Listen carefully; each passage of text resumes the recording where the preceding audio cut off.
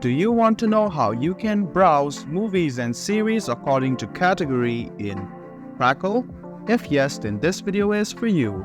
Hello and welcome to How to Login. It's your host back again with yet another interesting tutorial video. In this video, I'm going to teach you how you can browse the movies and series according to categories.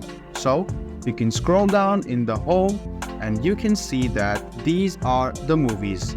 So, if you scroll down and see, these are categorized and it's a mix of movies and series. Now, there are a lot of categories. Now, if you go to movies and if you scroll down, you can clearly see the categories. You can even sort them by alphabetical order if you tap on the section like action, adventure, and all of the categories. So, quite simple process, guys. Go to movies and you can even sort it.